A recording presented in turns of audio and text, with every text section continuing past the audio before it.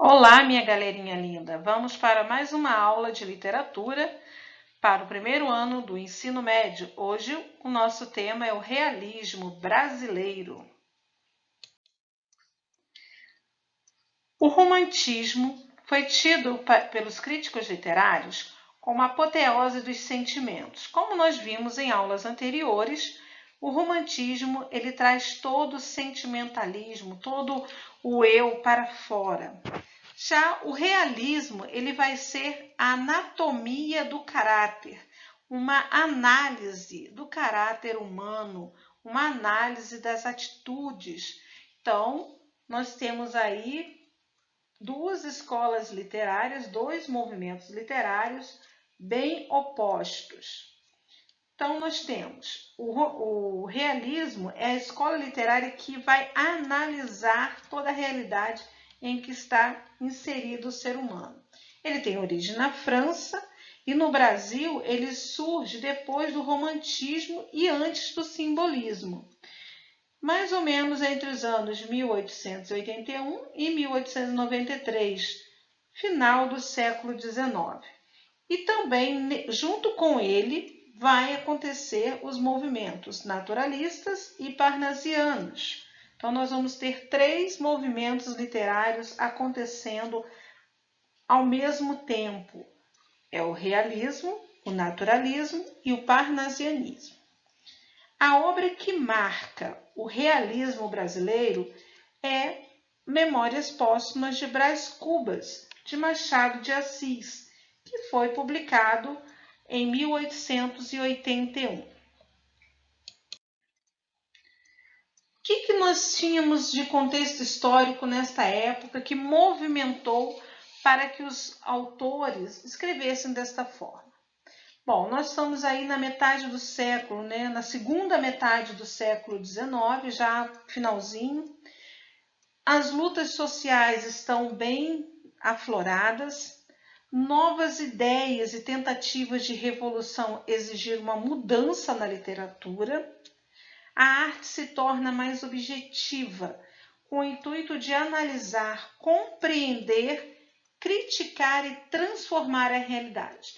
Os autores dessa época não querem mais o sentimentalismo do romantismo. Eles querem que a literatura seja uma literatura engajada. Nós vimos em aulas passadas que a última fase do romantismo, ela já é uma literatura engajada, uma literatura que vai olhar para frente e ver o que pode ser feito, vai criticar. Então, é uma fase de transição, que é a fase condoreira, que vai trazer o realismo para o Brasil. Então, eles são motivados pelas tendências científicas e filosóficas de uma época. Então, eles vão retratar o homem e a sociedade em conjunto. Nós temos aí um exemplo, a obra O Cortiço, de Aloysio Azevedo. A obra O Cortiço, ela mostra como surge um cortiço. Então, como vai nascendo o cortiço. E o grande personagem desta obra não é o João Romão, não é Bertoleza, mas sim o próprio cortiço. Ele tem alma, ele tem personalidade. Então, se vocês não leram, aconselho que vocês leiam esta obra maravilhosa de Aloysio Azevedo. Então, era preciso mostrar o quê? Toda essa face do ser humano, né? Mostrar como ele é realmente. O amor que não é só aquela florzinha que foi falada, mas que é um amor que pode ser adúltero, que pode ter uma falsidade, pode ter egoísmo. Então, ele vai trazer toda essa análise para nós.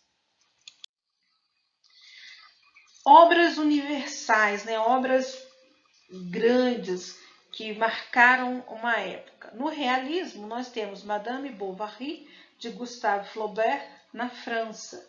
Naturalismo, Thérèse Raquin, de Émile Zola, também França. No parnasianismo, Parnasse contemporâneo, a partir de 1866. Essas três obras são obras francesas, né, que dão um pontapé inicial ao naturalismo pelo mundo afora. Quais são as tendências comuns nesta fase da literatura? Combate ao romantismo, resgate do objetivismo na literatura e o gosto pelas descrições. Nós vamos ter aí obras altamente descritivas. Então, no romantismo, as histórias, elas geralmente terminavam um final feliz e em casamento. No realismo, ela começa ao contrário. Começa com um casamento que é envolto por interesses e contradições, que facilmente seguido de um adultério. Nós temos aí o nosso grande exemplo, Dom Casmurro, que até hoje nós não sabemos se Capitu traiu ou não Bentinho. Nós temos também outro exemplo, Senhora, de José de Alencar, que começa com um casamento arranjado e Aurélia ela vai se divorciar. Então, algo que era inconcebível para a época.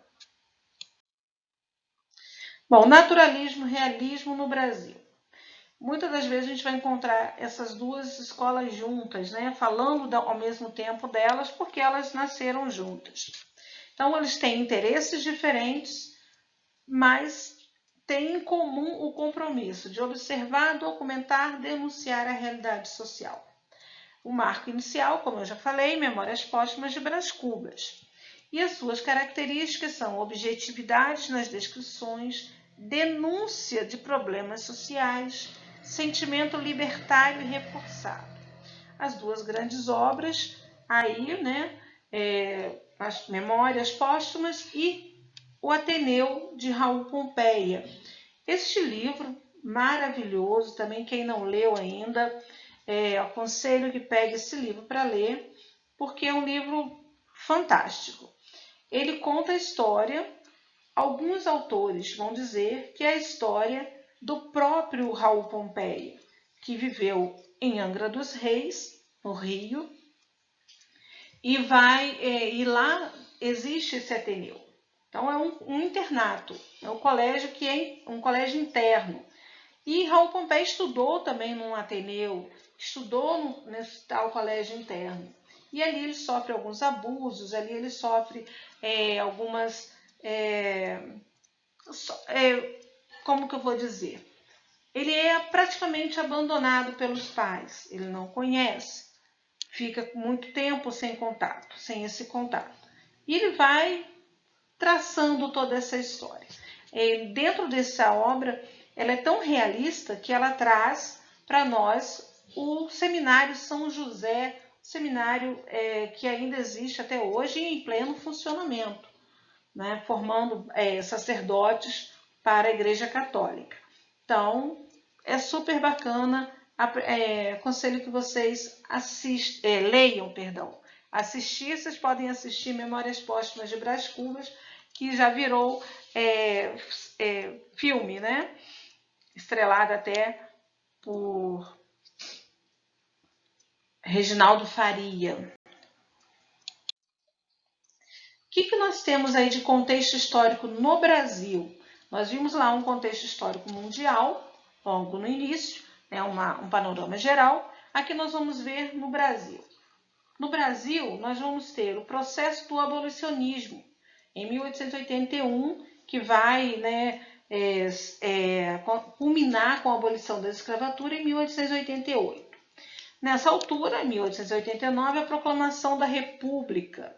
Nós vamos ter aí o positivismo de Comte, o socialismo e o marxismo, trazendo toda esse pensamento novo para o Brasil. Então, surge no Brasil o realismo, possivelmente ao longo do ano de 1800, né? Então, já permeado desses três ideais aí. As características dele propriamente dita aqui no Brasil. Inversão dos ideais do romantismo, enfoque no homem e no seu cotidiano, a crítica social, uma linguagem simples e objetiva, personagens e ambientes descritos de forma detalhada. Nós temos aí o livro Senhora, né, que vocês estão visualizando aí na nossa aula. É tão detalhado a obra, eu vou voltar ao Cortiço para dizer, né, que os primeiros capítulos se tornam, para quem não tem o hábito de ler uma obra detalhada, se torna um pouco cansativo, porque a Luísa Azevedo ele vai trazendo detalhes nos pormenores, nos mais minuciosos possíveis. Então, no Brasil, o realismo dá esse enfoque ao homem, ao seu cotidiano e à crítica social. Assim, por meio de uma linguagem simples e objetiva, as obras são ricas em descrição de detalhes, características que visam aproximar o leitor o mais possível da realidade. Então, nós temos aí um pouquinho da nossa literatura brasileira com o tema do realismo.